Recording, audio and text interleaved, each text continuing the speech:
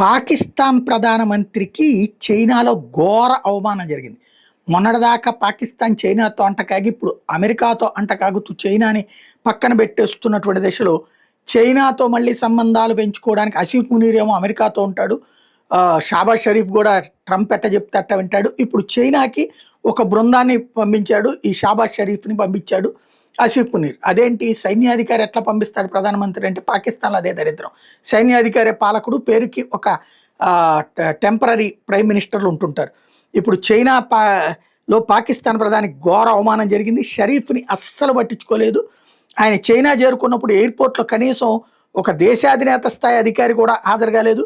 Xinjiang ప్రాంతానికి చెందిన deputy mayor క్సు when గువాంగ్ స్వాగతం పలకడం అన్నటువంటి ఇది ఇంతకంటే దరిద్రం ఇంకోటి ఏం లేదు.